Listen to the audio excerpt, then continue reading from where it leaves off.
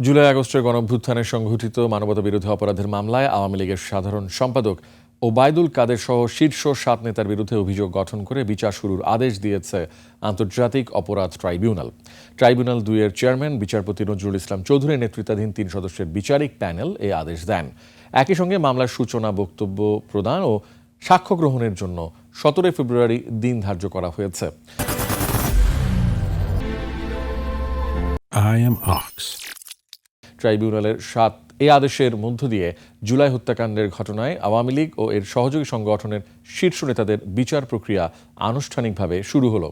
ওবায়দুল কাদের ছাড়াও এ মামলায় অন্য আসামিরা হলেন আওয়ামী লীগের যুগ্ম সাধারণ সম্পাদক আফম বাহাউদ্দিন নাসিম, সাবেক তথ্য প্রতিমন্ত্রী মোহাম্মদ আলী আরাফাত, যুবলীগের চেয়ারম্যান শেখ ফজলে শামস পরশ ও সাধারণ সম্পাদক মাইনুল হোসেন খান নিখিল এবং ছাত্রলীগ সভাপতি সাদ্দাম হোসেন ও সাধারণ সম্পাদক শেখ ওয়ালি আসিফ ইনান।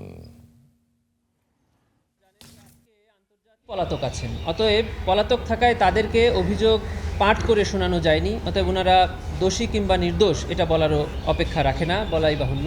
তাদের বিরুদ্ধে আগামী 17 ফেব্রুয়ারি 2026 তারিখে ওপেনিং স্টেটমেন্ট এবং প্রসিকিউশনের উইটনেসের দিন ধার্য করা হয়েছে।